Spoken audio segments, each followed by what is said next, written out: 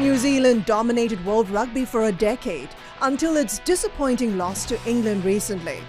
It had blazed through 8 years of undefeated World Cup tournaments, 2 back-to-back titles, powering to the top of the charts in world rankings.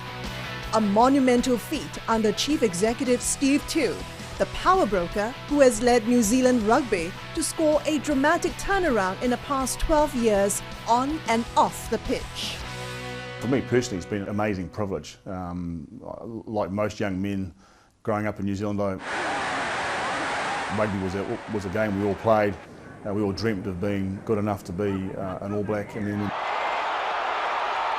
my skill set didn't allow for that to happen. So I've been able to make a career out of working in sport, and for the last 18 years I've actually been working at New Zealand Rugby, and it's been a hell of a journey. Sure, Australia. Tew was appointed CEO after New Zealand's disastrous World Cup campaign in 2007. We went in hot favourites.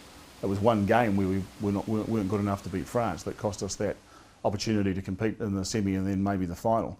In the end we said, Graham Henry, Steve Hansen, Wayne Smith, you can have another go. And in the end it proved to be a good decision.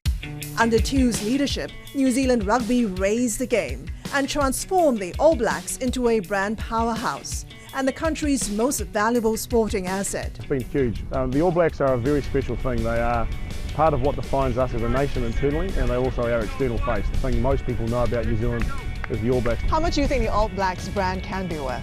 Well, we're a $100 million organisation now, and realistically most of that money is generated by the All Blacks.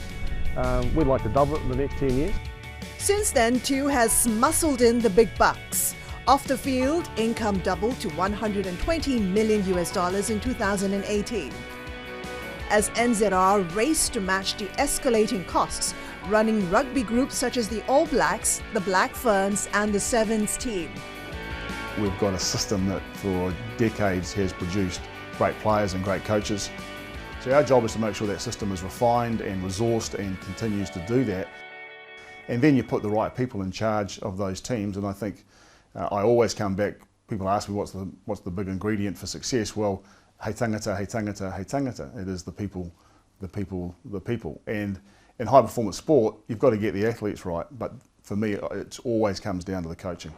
If you've got good coaches, men and women who know how to select athletes, how to nurture them, motivate them, get the best out of them, take them to the edge where they need to be to perform on the world stage, then you've got a good chance of success. We've had a group that have... Like coach Steve Hansen and All Blacks captain Kieran Reid, Steve Tew is stepping down at the end of 2019.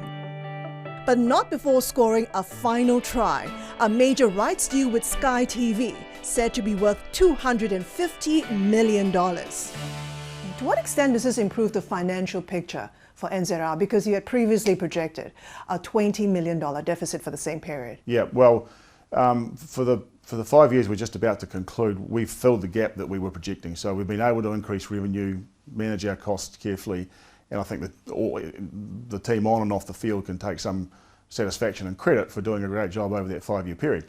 The challenging thing, and I'm handing this over to Mark now, the challenging thing is that our next lot of financial projections also show quite a big gap. So we're going to continually be seeking additional revenue sources and ways to increase our current revenue.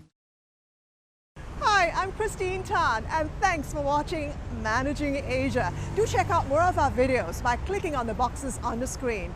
And don't forget to subscribe to our channel for more from CNBC International.